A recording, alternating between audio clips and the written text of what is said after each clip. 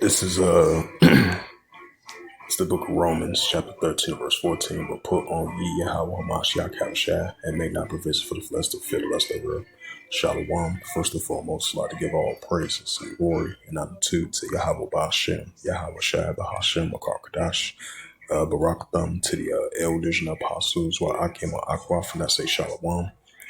And this is a quick sit-down lesson, the book of Romans, chapter 13, verse 14. That's going to be the title of the sit-down lesson, so hopefully this will be edifying.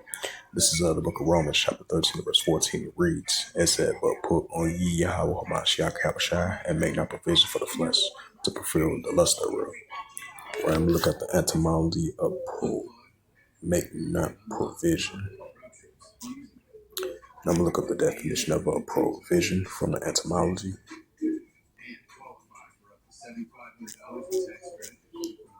Provision.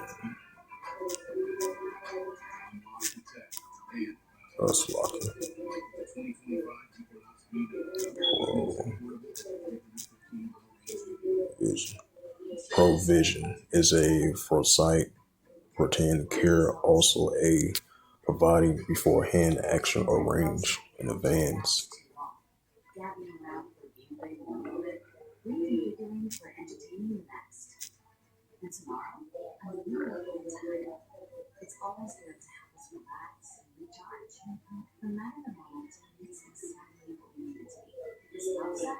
And I'm going to look up the definition for lust.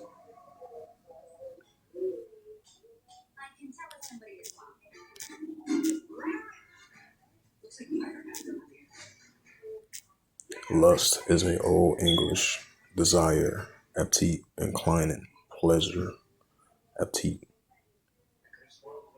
Yep, it says Old English, lust, desire, appetite, inclination, pleasure, sensationless, appetite from Proto-Germanic. It's a source also of the Old Saxon, Old French, Dutch, lust, German lust, Old Norse lust. Yep, so it goes into Middle English, any source of pleasure or delight, or also an appetite, also likely for a person or fertility or soil, specify and projective sense or sinful sexual desire, a degree. Right, so that's lust. Yep, lust, to desire something, and to please and desire, the sense of having an intense, especially desire, or after a first. Yep, that's what goes into lust. Romans 13, verse 14, put on ye Yahweh Hamashiach Yahushua, and make not provision for the flesh thereof, to fulfill the lust thereof. Right, not to fulfill the lust thereof. Now we understand, the flesh.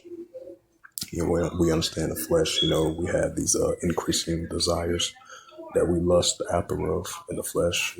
Especially living in modern day world, in a modern day society, and continue not to have to fulfill the lust thereof.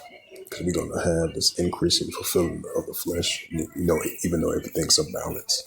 Trying to the best of our ability, to balance our flesh, to not have our flesh overrule us, as we continue to control our desires and our flesh, the flesh of lust of things, It says, and that's what comes in, putting on the whole armor of the Heavenly Father Yahweh, which is the armor of light, and put it on the righteous armor of the Heavenly Father Yahweh and His own begotten Son Hamashiach Yahushua, and that's what comes into play, and that'll help us overcome our flesh, to be able to control our flesh as because everything's a balance.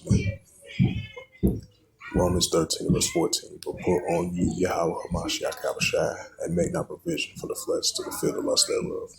So with that, hopefully this quick sit-down lesson was edifying of Romans 13, verse 14. That was the title of the sit-down lesson, so hopefully this was edifying. And with that, I'd like to give all praises and glory and honor to Yahweh Ba'ashem, Yahweh Shai Ba'ashem Makar, and the Heavenly Father. True name is Yahweh, and His only begotten Son Ba'ashem, and name Hamashiach Yahushua. Those are their true names in the ancient Paleo-Hebrew, the Lashma Kadash tongue. And I said Barakatham to the elders and apostles, Akim Akwaf. Until next time, I will say Shalom.